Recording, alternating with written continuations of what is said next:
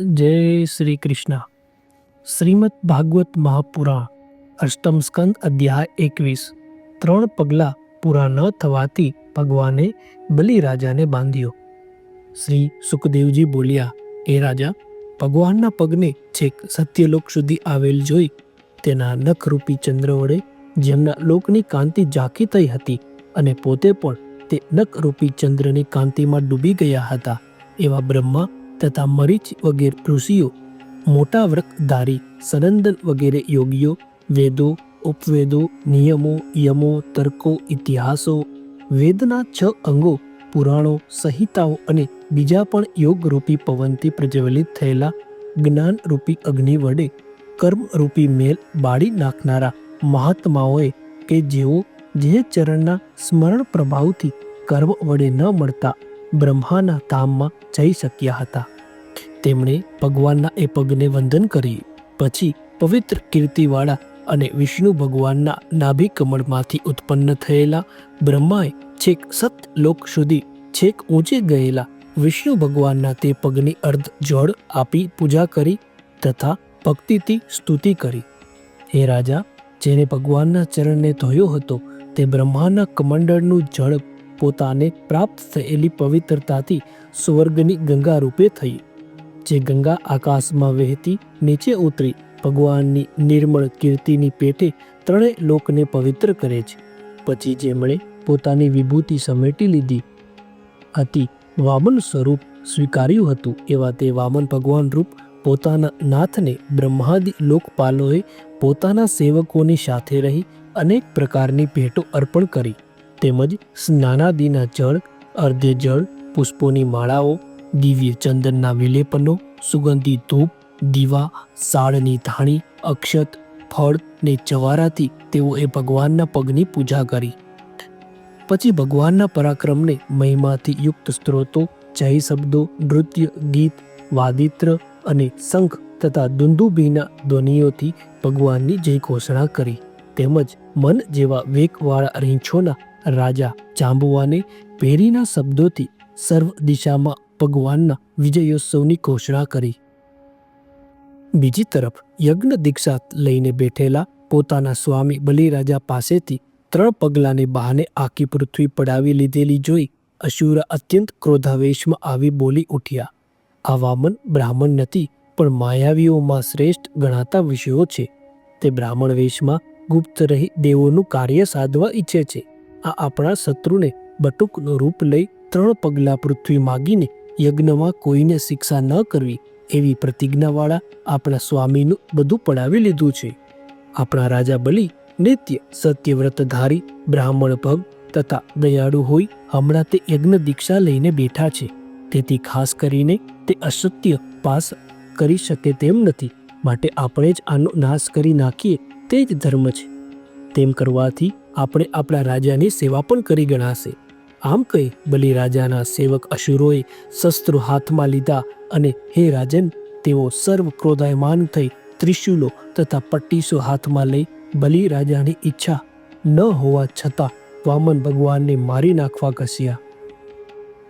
હે રાજા, દૈત્ય સેનાપતિઓએ એમ ઘસી આવતા જોઈને વિષ્ણુ ભગવાનના સેવકો હસ્યા અને તેમણે આયુધો ઉગામી દૈત્યોને અટકાવ્યા। નંદ, સુનંદ, જય, વિજય, પ્રબળ, બલ, કુમુદ, કુમુદાક્ષ, વિશ્વસ્કેન, ગરુડ, જયંત, શ્રુતદેવ, પુષ્પદંત અને સાત્વત એ બધા વિષ્ણુ ભગવાનના સેવકો 10,000 હાથીઓ સમાન બળવાન હોઈ અસુરોની સેનાનો નાશ કરવા લાગ્યા। તે વેળા વિષ્ણુ ભગવાનના સેવકોથી નાશ પામતા પોતાના સેવકોને જોઈ બલિરાજાએ શુક્રાચાર્યના શાપને યાદ કરી આવેશમાં આવેલા અસુરોને અટકાવ્યા અને કહ્યું, હે વિપ્રચિતે, હે રાહુ, હે નેમિ, તમે મારું વચન સાંભળો, તમે લડોમાં પાછા ફરો, આ સમય આપને અનુકૂળ નથી। હે દૈત્યો, જે કાળ સર્વ પ્રાણીઓને સુખ તથા દુઃખ આપવા સમર્થ છે તે પુરુષાર્થી ઓળંગવા પુરુષ સમર્થ નથી। જે કાળ પહેલા આપણને સુખ અને દેવોને દુઃખ આપતો હતો તે જ કાળ ભગવાને આજે આપણાથી ઉલટો વર્તે છે। મનુષ્ય બળથી, સલાહકારોથી, બુદ્ધિથી, કિલ્લાથી, મંત્રોથી, ઔષધાદિથી કે સામાદિ ઉપાયથી કાળને ઓળંગી શકતો નથી। તમે દેવયોગી સમૃદ્ધિવાળા હતા ત્યારે વિષ્ણુના આ સેવકોને અનેકવાર જીત્યા છે, પણ તેઓ જ આજે સમય પલટાતા યુદ્ધોમાં આપણને જીતી ગર્જના કરે છે. આપણા ઉપર દેવ પ્રસન્ન થશે ત્યારે ફરી આપણે પોતાને જીતીશું. માટે આપણને અનુકૂળ હોય તેવા સમયની તમે રાહ જુઓ. શ્રી સુખદેવજી બોલ્યા, હે રાજન, પોતાના સ્વામીનું એ કહેવું સાંભળી દૈત્યોને દાનવોના સેનાપતિઓ વિષ્ણુના પાર્ષદોના માર ખાઈ રસાતલમાં પેસી ગયા. પછી ગરુડે પોતાના સ્વામી વિરાટ ભગવાનની કરતેચ્છા જાણી યજ્ઞમાં સોમરસ કાઢવાના દિવસે બલિરાજાને વરુણ પાસથી બાંધ્યો. એ રીતે મહાસમર્થ અસુરપતિને કેદ પકડ્યો ત્યારે આકાશમાં પૃથ્વી ઉપર સર્વ દિશાઓમાં મોટો હાહાકાર થઈ રહ્યો.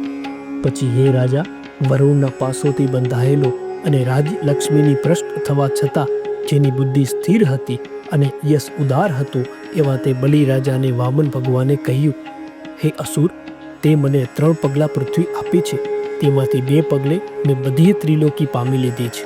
તો હવે 3જું પગલું તૈયાર કર.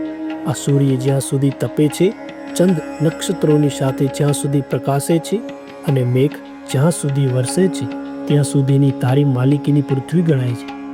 પણ મેં તારા દેખતા એક પગલે આખો પૃથ્વીલોક શરીરથી સર્વ દિશાઓ તથા આકાશ અને બીજે પગલે સર્વ લોકને દબાવી દીધો છે. આ રીતે શરૂઆતમાં મેં માત્ર 2 પગલામાં જ તારું બધું લઈ લીધું છે. હવે 3જું પગલું આપવા તારી પાસે પૃથ્વી નથી, તેથી પોતે પ્રતિજ્ઞા કરેલી 3 પગલાં પૂરી પૃથ્વી તું આપતો નથી. માટે તારો નરકમાં વાસ થાય તે ઇષ્ટ છે. વળી તારા ગુરુએ પણ નરકવાસ માટે તને અનુમોદન આપ્યું છે. તેથી તું નરકમાં પ્રવેશ કર. જે મનુષ્ય પ્રતિજ્ઞા કરેલું ન આપી યાચના કરનારને ઠગે છે તેના મનોરથ નિષ્ફળ થાય છે. સ્વર્ગ તે તેનાથી દૂર જ રહે છે અને નરકમાં જ પડે છે. તે પોતાના ધનવાન માની હું તમને 3 પગલાં પૃથ્વી આપીશ એવી પ્રતિજ્ઞા કરી મને ઠગ્યો છે. માટે તે અસત્યનું ફળ નરક કેટલા વર્ષો સુધી તું ભોગવ. શ્રીમદ ભાગવત મહાપુરાણ અષ્ટમ સ્કંદ અધ્યાય 21 સમાપ્ત. જય શ્રી કૃષ્ણ.